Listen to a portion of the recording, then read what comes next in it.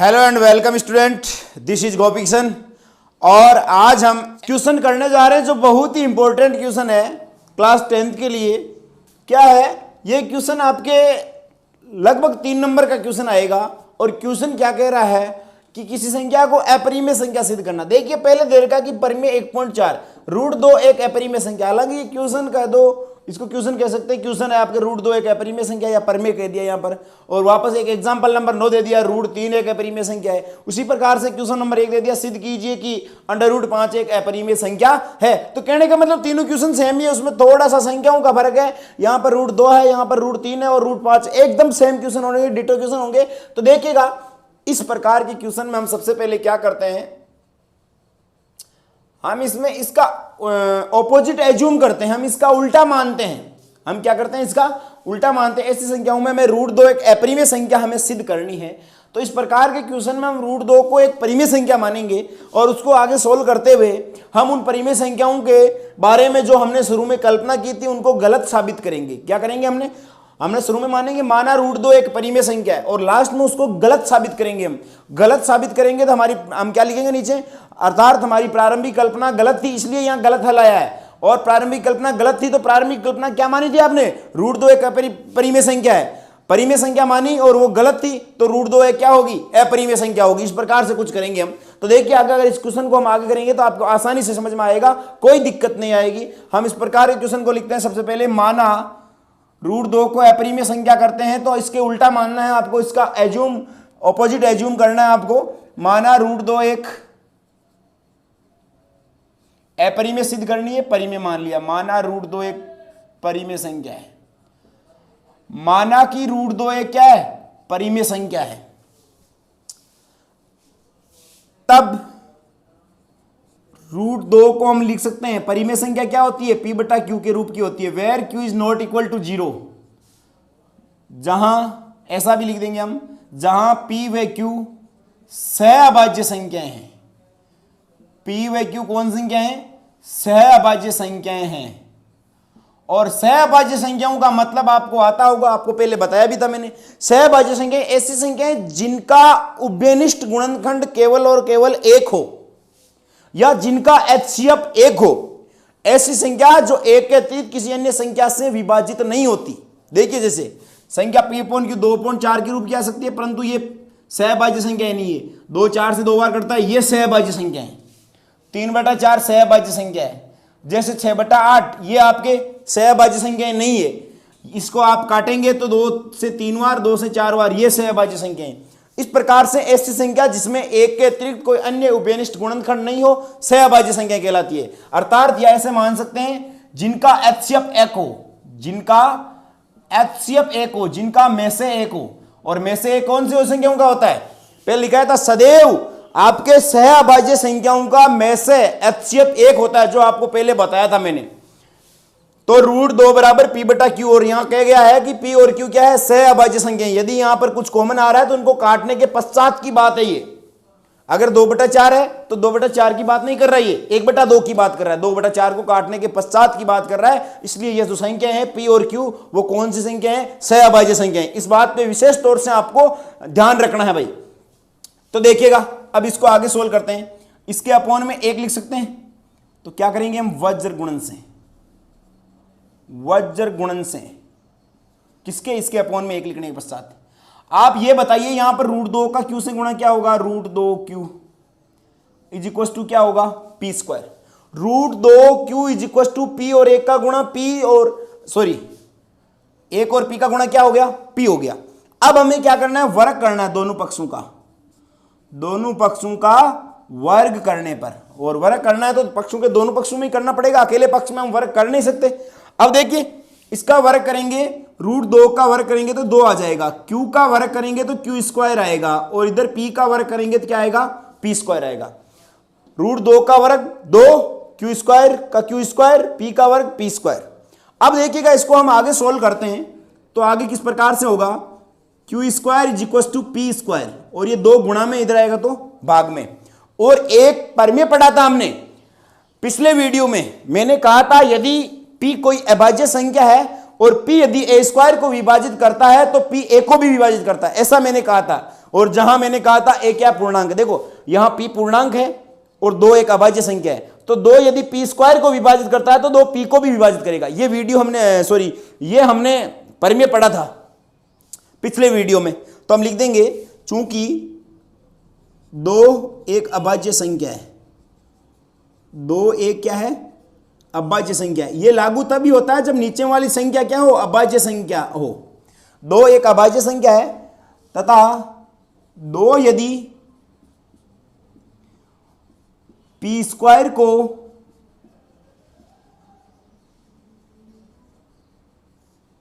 विभाजित करता है तो 2 p को भी विभाजित करेगी, 2 p को भी विभाजित करेगा। देखो यह इंपॉर्टेंट बात है, 2 एक अभाज्य संख्या है, 2 हमें पता है एक अभाज्य संख्या होती है, और 2 यदि p स्क्वायर को विभाजित करता है, 2 p स्क्वायर को विभाजित करता है तो 2 p को भी विभाजित करेगा। यह हमारा रिजल्ट नंबर फर्स्ट प्राप्त हो गया, हमें रिजल्ट पहला मिल गया। अब देखिए इस प्रकार के क्वेश्चन में हमें क्या करना होता है, यहां पर इस p के स्थान पर मान लेंगे हम एज्यूम करते हैं माना p बराबर, अब √2 का सिद्ध कर रहे हैं तो p की जगह 2c मान लेंगे, c d e f कुछ भी मान सकते हो, q r s t कुछ भी मान सकते हो। हम मान लेंगे p बराबर 2c या p बराबर 2r कुछ भी मान सकते हैं हमने मान लिया माना p बराबर 2c, माना p बराबर 2c रखने पर √3 का करते तो p बराबर 3c रख देते, √5 का करते तो p बराबर 5c रख देते। यह हमें एज्यूम करना है। तो देखिए उसके आगे हम क्या करेंगे, q square is equal to p की जगह क्या रख रहे हैं हम 2c बटा क्या 2। अब p का स्क्वायर है तो ऊपर इस 2c का भी क्या करना पड़ेगा स्क्वायर, तो q square is equal to 2 का स्क्वायर 4, c का स्क्वायर c स्क्वायर बटा क्या है 2। तो 2 से 4 कितनी टाइम कैंसिल होगा, 2 टाइम कैंसिल होगा, 2 से 4। देखो इसको मैं यहाँ काट नहीं रहा हूं, सीधा लिख रहा हूं, कटने से आपको सही दिखेगा नहीं, तो मैंने लिख दिया इसको या q square is equal to आपके 2 से 4 कटेगा 2c स्क्वायर, या इसको हम आगे और क्या लिख सकते हैं c square is equal to q square. ये q स्क्वायर को c स्क्वायर को इधर लिख दिया और q स्क्वायर को उधर लिख दिया, 2 गुणा में c स्क्वायर के, तो इधर q स्क्वायर की तरफ जाएगा तो कहां पर जाएगा भाग में। वापस वही बात, 2 एक अभाज्य संख्या है और 2 यदि q स्क्वायर को विभाजित करेगा करता है तो 2 q को भी विभाजित करेगा। वापस वही बात लिख देंगे हम, चूंकि 2 अभाज्य संख्या है, 2 क्या है अभाज्य संख्या है तथा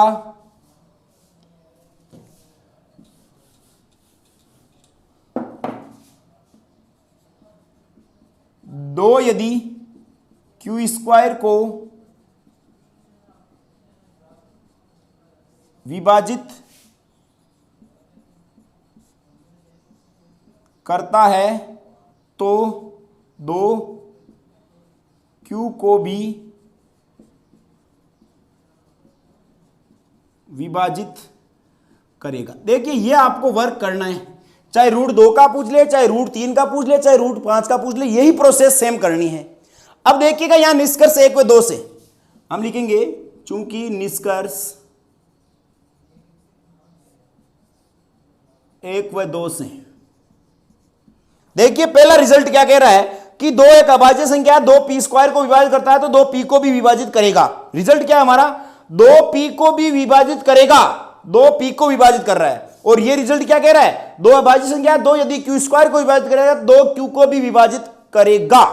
अब देखिए यहां दोनों में आपके लिए खास बात क्या है कि ये कह रहा है 2 p को विभाजित करता है, ये कह रहा है 2 q को विभाजित करता है। इसका मतलब क्या है p और q दोनों किससे विभाजित हो रहे हैं 2 से विभाजित हो रहे हैं।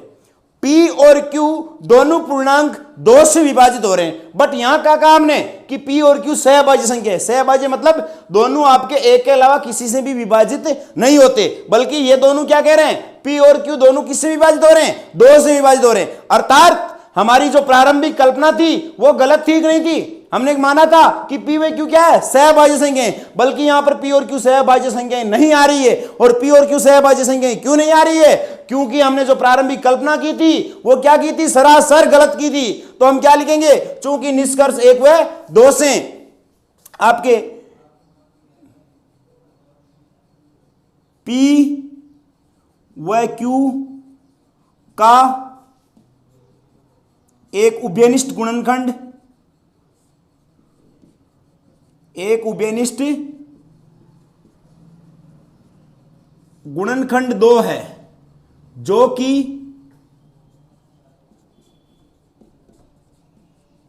प्रारंभिक कथन P व Q सह अभाज्य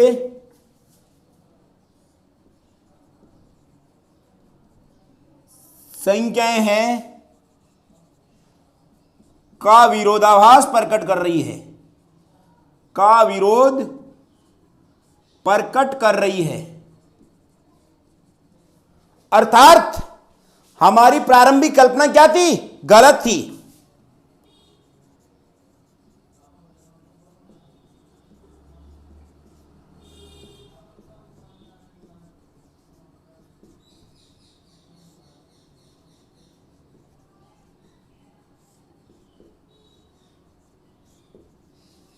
प्रारंभिक कल्पना गलत थी। प्रारंभिक कल्पना क्या थी, √2 एक परिमेय संख्या है। तो गलत थी तो परिमेय नहीं है तो क्या है, अपरिमेय। गलत हो गई तो परिमेय नहीं है।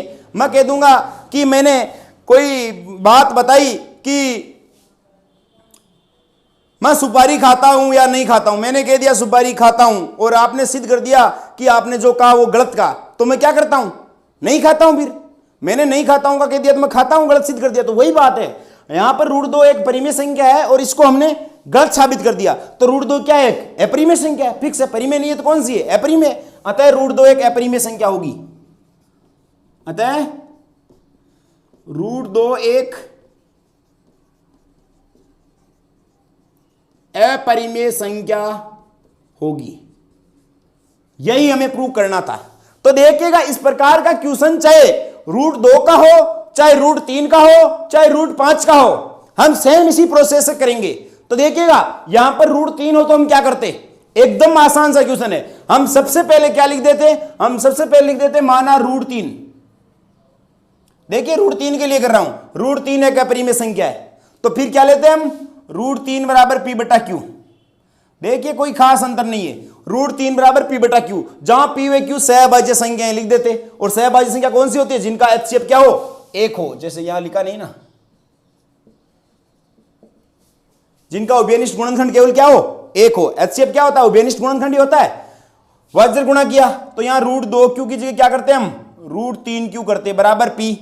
वर्ग करते तो यहां पर 3Q का स्क्वायर करते हम बराबर P²। और ये 3 गुणा में इधर जाएगा तो क्या हो जाएगा, भाग में हो जाएगा 2 के स्थान पर। और वापस वही परिमेय लिखते हम, 3 एक, चूंकि 3 एक अभाज्य संख्या है, 3 एक अभाज्य संख्या है और 3 यदि,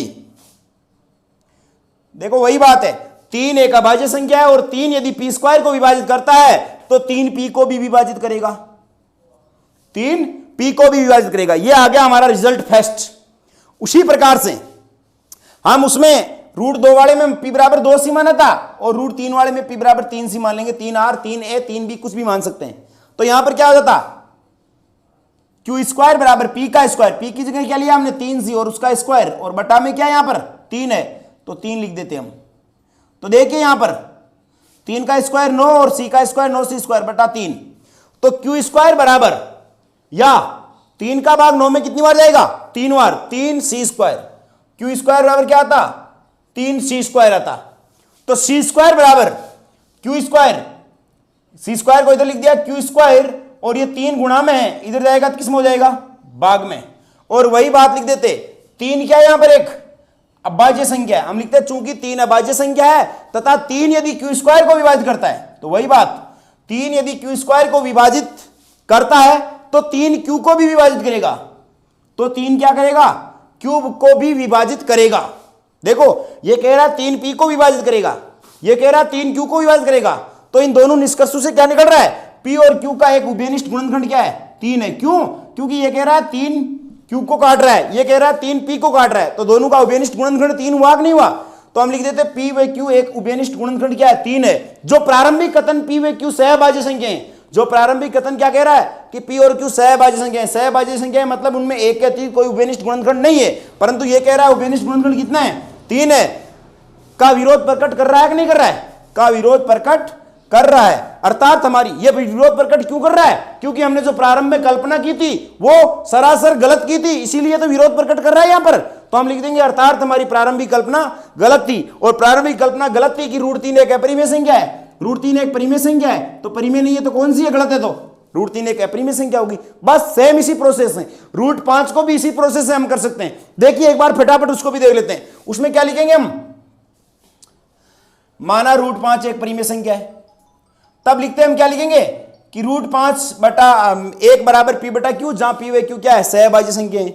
अब देखिए √5 का क्यू से गुणा क्या हो जाएगा, उसमें √5 क्यू बराबर पी, तो रूट का स्क्वायर 5 लिख देते हैं यहां पर, वर्ग करने पर √5 का क्यू स्क्वायर, ये 5 यहां भाग में चला जाएगा और वही बात हो जाएगी।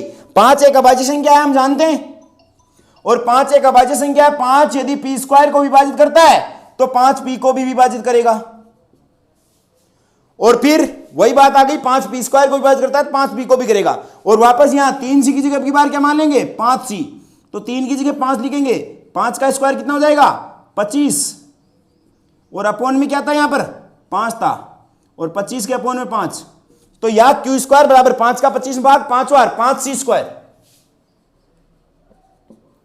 और ये 5 है जो क्यू स्क्वायर के गुणा में जाएगा, गुणा में है तो सी स्क्वायर के, तो इधर जाएगा तो क्या हो जाएगा, भाग में। वापस वही बात, 5 एक अभाज्य संख्या है हम जानते हैं, और 5 यदि पी क्यू स्क्वायर को विभाजित कर रहा है, 5 यदि क्यू स्क्वायर को विभाजित करता है तो 5 क्या करेगा, क्यू को भी विभाजित करेगा।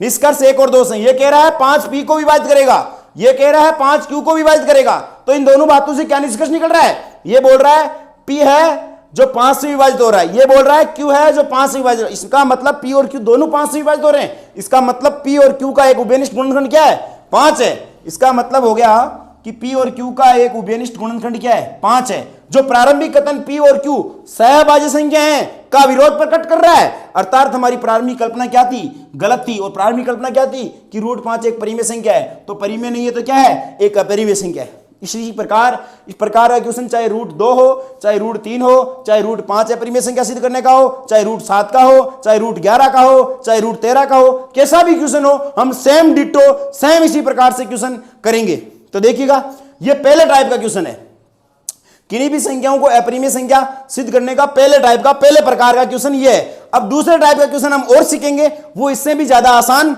रहेगा। तो देखिए स्टूडेंट, अपरिमेय संख्या सिद्ध करने का सेकंड टाइप का क्वेश्चन क्या है, वो सेकंड टाइप का है, दर्शाइए कि 5 - √3 एक अपरिमेय संख्या है, दर्शाइए कि 3 √2 एक अपरिमेय संख्या है, दर्शाइए कि 3 + 2 √5 एक अपरिमेय संख्या है।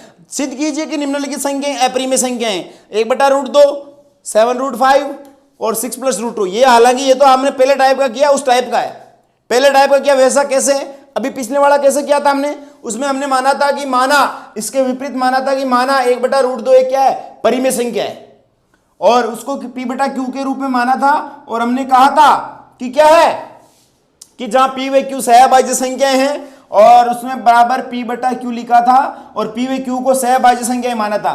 √2 और पी का गुणा √2p किया था और बराबर में q किया था। उसमें क्या किया था, √2 यहां पर था, √2q बराबर p दिया था, या √2p बराबर q है। सेम टू सेम वैसा ही है, उसमें हमें दोनों पक्षों का वर्ग किया तो क्या हो गया, 2p² बराबर q² हुआ, और p² बराबर क्या हुआ, q² बटा 2। उसमें पहले आया था q² बराबर p² बटा 2, और हमने लिखा था 2 एक अभाज्य संख्या है, और 2 यदि q² को विभाजित करता है तो 2 q को भी विभाजित करेगा।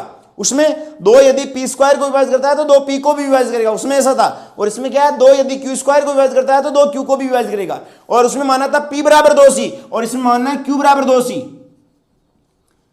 सेकंड निष्कर्ष के लिए q बराबर 2c मानना है, और p² बराबर q की जगह 2c का स्क्वायर, q की जगह 2c बटा 2 और इसका स्क्वायर, 2 का स्क्वायर 4, c² बटा 2, तो आपके p² बराबर आ गया 2c², 2c²।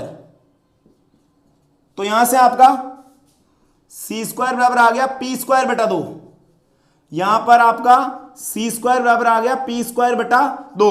वही बात, दो यदि पी स्क्वायर को विभाजित करता है तो दो पी को भी करेगा। देखो एकदम अपोजिट हो गया, उसमें क्यू स्क्वायर बराबर पी स्क्वायर बटा दो था और हमने लिखा था दो यदि पी स्क्वायर को विभाजित करता है दो वी को भी विभाजित करेगा, और यहां पर क्या है, दो यदि क्यू स्क्वायर को विभाजित करता है तो दो क्यू को भी करेगा, और इधर क्या है, दो यदि पी स्क्वायर को विभाजित करता है तो दो पी को भी करेगा। और वही बात है, पी व क्यू दोनों में दो है, क्या है, उभयनिष्ठ गुणनखंड है, जो कि प्रारंभिक कर्तन पी व क्यू सहअभाज्य संख्या है, उसका क्या कर रहा है, विरोध प्रकट कर रहा है। अतः हमारी प्रारंभिक कल्पना गलत थी, 1/√2 एक परिमेय संख्या नहीं होकर क्या थी, अपरिमेय संख्या थी। कहने का मतलब मैं ये कहना चाह रहा हूं कि आपके सीधी √2 सिद्ध करना हो अपरिमेय, √3, √5, √7, √11, √13 ये कर दो, चाहे 1/√2, 1/√3, 1/√5, 1/√7, 1/√11, 1/√13 ऐसे करो। बात एक, ये दोनों एक ही टाइप में होंगे, बस फर्क इतना ही है, उसमें यहां पर Q square is equal to P square बटा 2, पी स्क्वायर बटा 3, पी स्क्वायर बटा 4 आया था, और फिर हमने यहां पर उसमें p बराबर 2 सी माना था, इसमें q बराबर मानना है,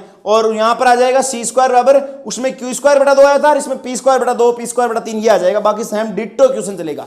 तो देखो ये बटा वाला भी सेम, 1 बटा, यहां 2 बटा होते ही सेकंड टाइप का क्वेश्चन हो जाएगा। वहां पर देखो √2, √3, √5 ऐसे सिद्ध किया था पहले टाइप के क्वेश्चन में, और यदि 1/√2, 1/√3, 1/5, 1/7, 1/11 हो तो भी हम उसी टाइप से करेंगे।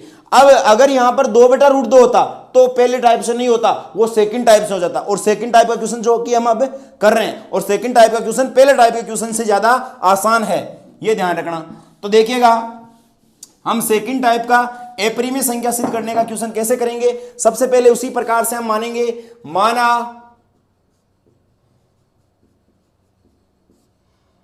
5 माइनस √3 1, इसके ऑपोजिट मानेंगे,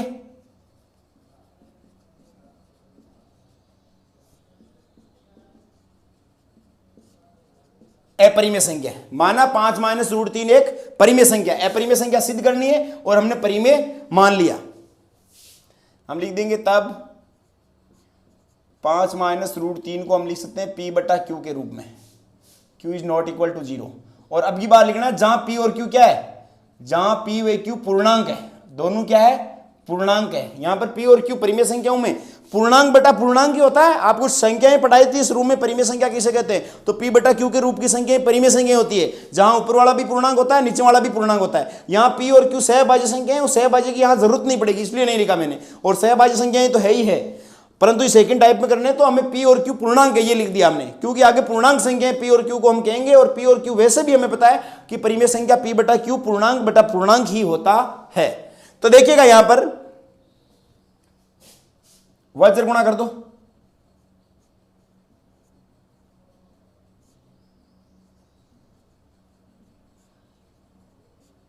वज्र गुणा करने पर, सॉरी इसमें वज्र गुणा नहीं किया जाता है, इस टाइप के क्वेश्चन में क्या किया जाता है, हमारे रूट वाली संख्या को एक साइड में रखते हैं और बाकी संख्या सारी संख्याओं को एक साइड में भेज दिया जाता है।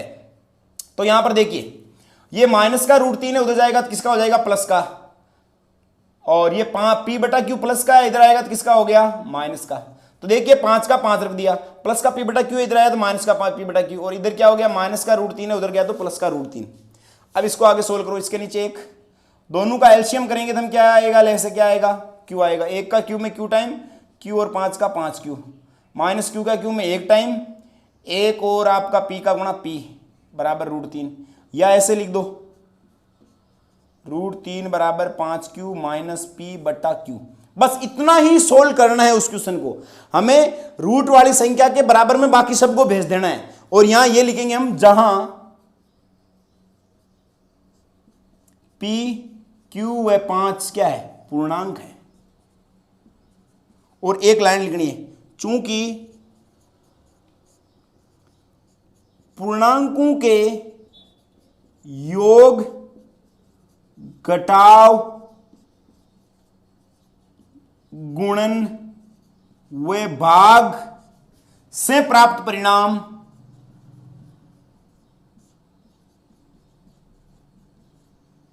एक परिमेय संख्या प्राप्त होती है।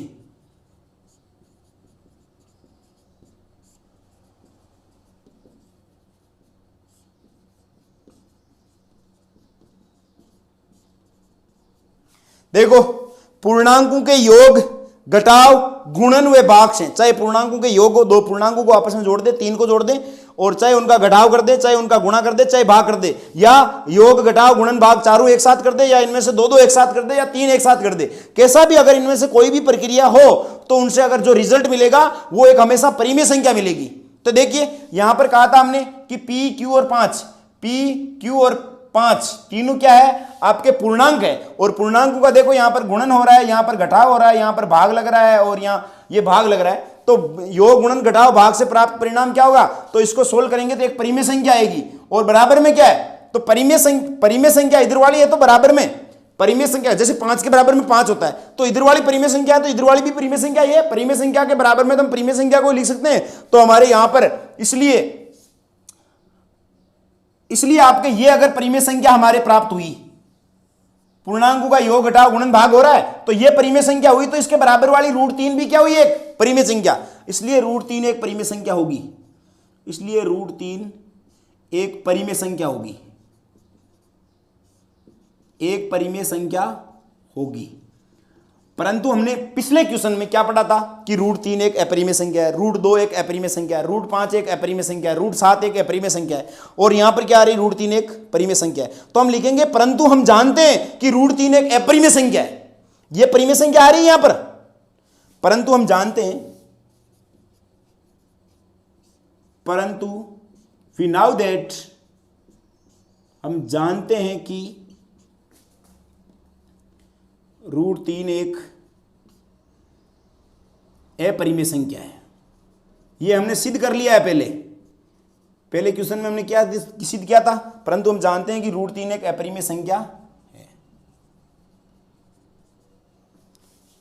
√3 एक अपरिमेय है, परंतु यहां क्या आ रही है, परिमेय संख्या आ रही है। इसका मतलब क्या हुआ, ये क्यों आ रही है, एक परिमेय परंतु अपरिमेय आ रही है, इसका मतलब है हमने जो प्रारंभ में कल्पना की थी वो क्या की थी, सरासर गलत की थी, इसीलिए यहां पर हमारे √3 एक परिमेय संख्या आई है।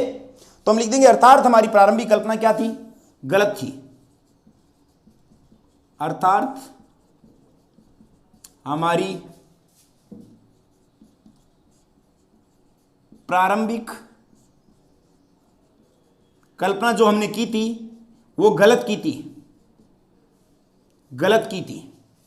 हमारी प्रारंभिक कल्पना गलत थी, इसलिए हमारे यहां पर √3 एक परिमेय संख्या आई है। क्यों आई है, परिमेय संख्या आई है क्योंकि हमने प्रारंभिक कल्पना गलत थी, और √3 को क्या आना चाहिए, एक अपरिमेय संख्या आना चाहिए कि नहीं आना चाहिए। हम जानते हैं कि √3 एक अपरिमेय संख्या होती है, तो हमारी प्रारंभिक कल्पना गलत थी, अतः हमारी प्रारंभिक कल्पना क्या थी, 5 - √3 एक परिमेय संख्या, तो परिमेय नहीं है तो कौन सी होगी, एक अपरिमेय संख्या होगी। अतः भाई गलत है, इसको परिमेय माना और गलत आ गया तो है क्या, ये अपरिमेय है। अतः 5 - √3 एक अपरिमेय संख्या है, एक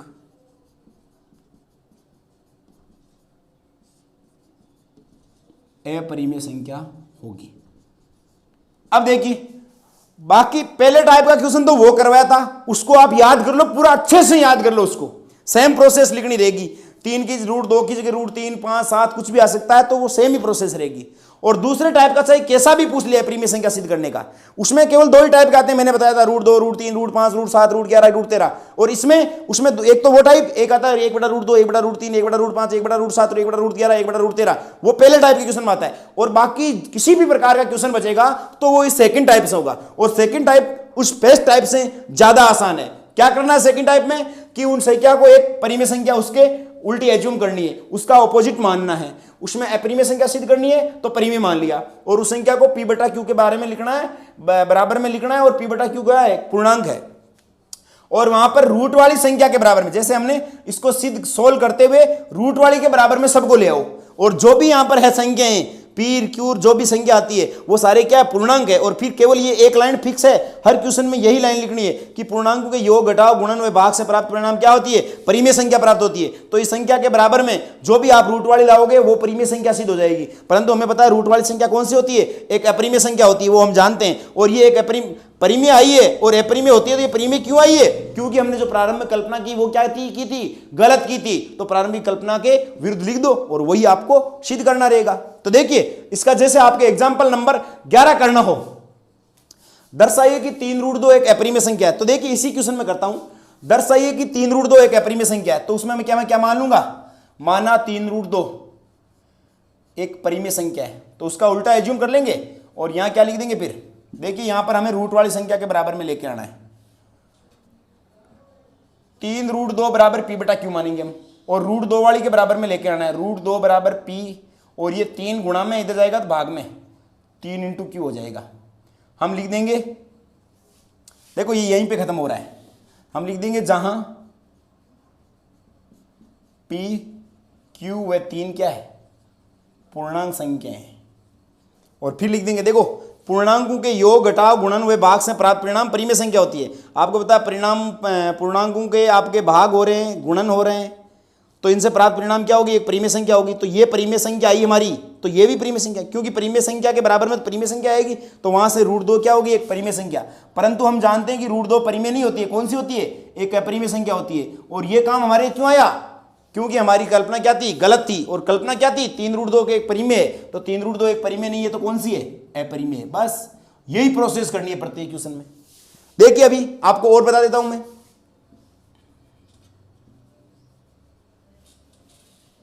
अगला सिद्ध कीजिए कि 3 + 2√5 एक अपरिमेय संख्या है। देखो मान लेंगे उसी प्रकार से, माना 3 + 2√5 एक परिमेय संख्या, इसके विपरीत मान लिया हमने, तो इसको रख देंगे। तब 3 + 2√5 को हम पी बटा क्यू के रूप में मान सकते हैं, और पी और क्यू क्या है, यहां पर पूर्णांक है। तो अब देखो रूट वाली संख्या के बराबर में ले आओ, 2√5 बराबर पी बटा क्यू, और प्लस का 3 है उधर जाएगा तो माइनस का 3, इसके नीचे 1 लिख दो भाई बटाओ में। 2√5 बराबर क्यू एलसीएम आ जाएगा, इसका भाग इसमें एक बार, माइनस 1 क्यू आर, 3 और क्यू का 3 क्यू, और 2√5 सॉरी 2 को भी उधर भेजना है, तो p - 3 क्यू, और ये 2 आपके गुणा में है, इधर आएगा तो भाग में हो जाएगा। हम लिख देंगे जहां p q 2 व 3 सारे क्या है, पूर्णांक है। p q 2 और 3 सारे पूर्णांक है। तो देखो पूर्णांकों का गुणा हो रहा है, पूर्णांकों का घटाव हो रहा है, गुणा हो रहा है, भाग हो रहा है। तो पूर्णांकों के योग घटाव गुणन भाग से प्राप्त परिणाम क्या होती है, एक परिमेय संख्या प्राप्त होती है। तो ये एक योग गुणन घटाव भाग ही हो रहा है, ये एक परिमेय संख्या प्राप्त होगी, और परिमेय संख्या के बराबर में क्या होती है, परिमेय संख्या। इसलिए √5 यहां से क्या आई, इस प्रोसेस से √5 एक परिमेय संख्या है, क्योंकि ये परिमेय है तो ये भी परिमेय है। √1 परिमेय संख्या है, परंतु हमने पिछले क्वेश्चन में सिद्ध किया था कि √5 एक कौन सी संख्या है, परिमेय संख्या। परंतु हम जानते हैं कि √5 एक अपरिमेय संख्या होती है। और √5 एक अपरिमेय संख्या क्यों होती, अपरिमेय संख्या होती है, और परिमेय क्यों आई है, क्योंकि हमने हमारी प्रारंभिक कल्पना क्या की थी, गलत की थी। और प्रारंभिक कल्पना क्या की थी, 3 + 2√5 एक परिमेय, तो 3 + 2√5 एक क्या होगी, अतः 3 + 2√5 एक अपरिमेय संख्या होगी।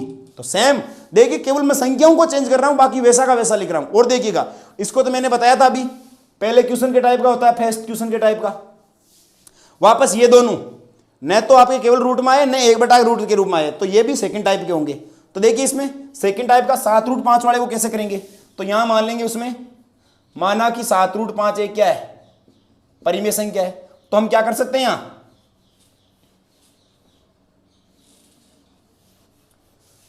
7√5 परिमेय संख्या है, तब 7√5 को किसके बराबर में लिख सकते हैं हम, पी बटा क्यू के रूप में।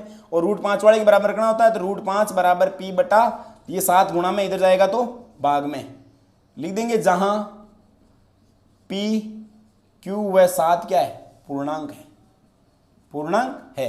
फिर लिख देंगे पूर्णांकों के योग घटाव गुणन व भाग से प्राप्त परिणाम क्या होती है, एक परिमेय संख्या होती है। और आपके तो ये अगर परिमेय संख्या आई, तो इसके सामने वाली √5 भी क्या होगी, एक परिमेय संख्या होगी। और हम जानते हैं कि √5 क्या है, एक अपरिमेय संख्या है। तो ये क्यों आई, क्योंकि हमारी प्रारंभिक कल्पना क्या थी, गलत थी। अतः प्रारंभिक क्या करना था, 7√5 को एक परिमेय संख्या माना था, तो अतः 7√5 एक क्या होगी, अपरिमेय संख्या होगी। तो सेम इसी प्रकार से एक देखो, उसको और बता देता हूं, 6 + √2 सेम इसी प्रकार से होगा, वो भी 6 + √2 का हम मान लेंगे उसके विपरीत। माना 6 + √2 एक क्या है, परिमेय संख्या है। तो 6 + √2 बराबर हम क्या लिख सकते हैं, पी बटा क्यू लिख सकते हैं। तो √2 वाली के बराबर में रखो, √2 बराबर पी बटा क्यू, और प्लस का 6 उधर जाएगा तो माइनस का 6, इसके अपोन में 1 लिख दो भाई। दोनों का एलसीएम क्या आएगा, क्यू, क्यू का क्यू में एक बार, p - 1 का क्यू में क्यू आर, क्यू और 6 का गुणा 6q।